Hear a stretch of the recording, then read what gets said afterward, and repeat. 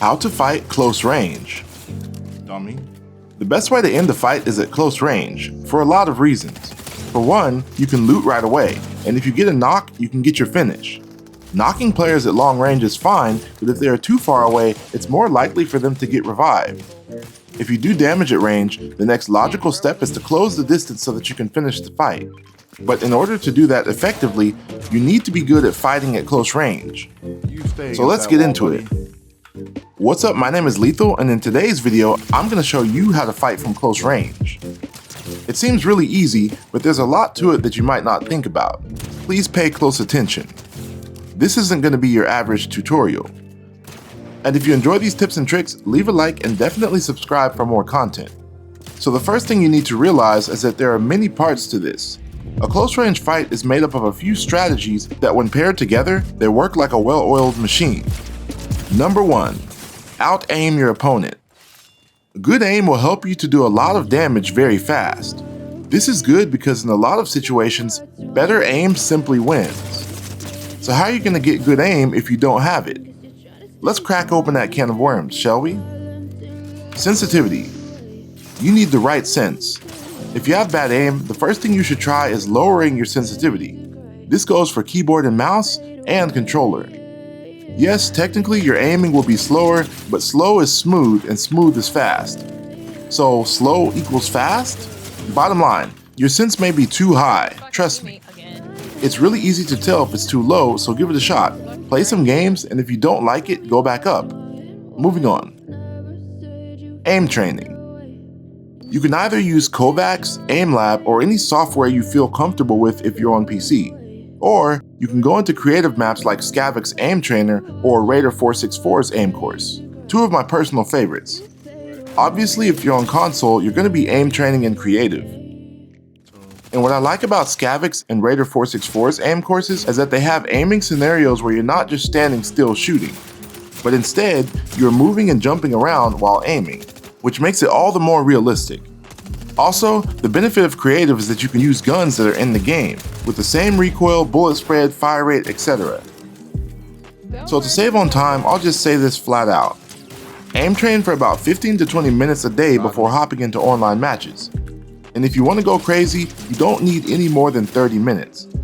I'm sure you still are going to want to have some fun, so actually play games? I don't know, it's up to you. Number 2, play the right angles. In Fortnite, right-hand peeks are king, even in zero builds, but especially build mode where you can create whatever angle you need to whenever you want. So use right-hand peeks. And if you don't know what a right-hand peek is, it looks something like this. Your character will be behind cover with open space to the right, allowing you to shoot with almost none of your character's body exposed. And it can definitely work against you. For example, if an enemy has a right-hand peek and you don't, you can't really hit them, but they can hit you. Seems kind of unfair, but it's in the game and it happens all the time whether you know it or not. He's weak. In addition to right-hand peeks, using cover in a fight will allow you to create angles or lines of sight that are difficult for enemies to challenge. For example, if you aim at a doorway that an enemy is trying to get through, it's going to give you a slight advantage.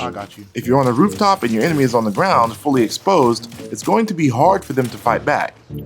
There are so many angles you can use to win a fight, so you need to be creative and a quick thinker. But remember that we talked about good aim, because angles mean nothing if you miss your shots. So there's another thing that can help you even if you have bad aim, and that is movement. Number 3, advanced movement.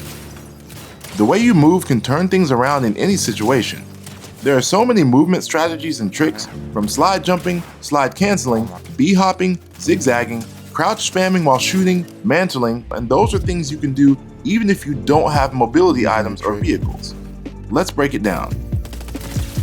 If you're out in the open, use slide canceling and slide jumping. Also zigzag. These movements are even better at close range.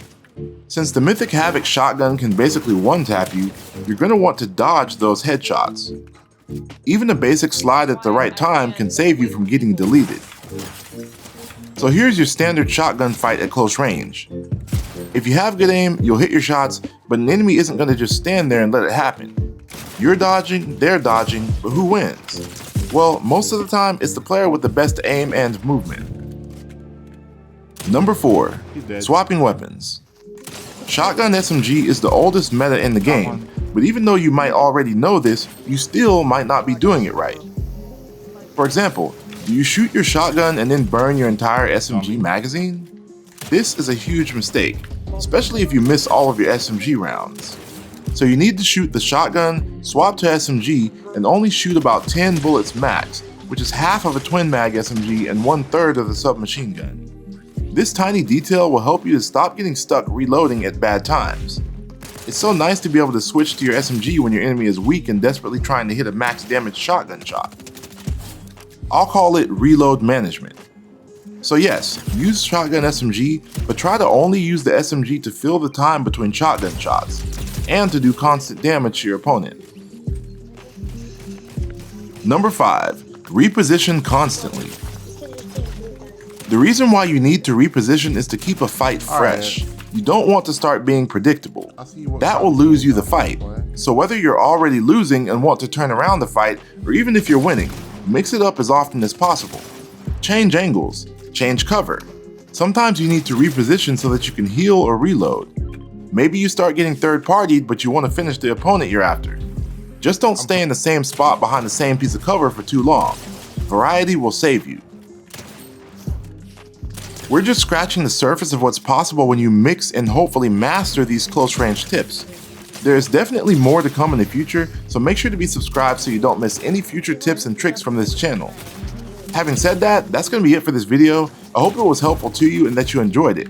Let me know in the comments what you think about these tips, and if there's anything you want me to cover in the future, also leave a comment about that.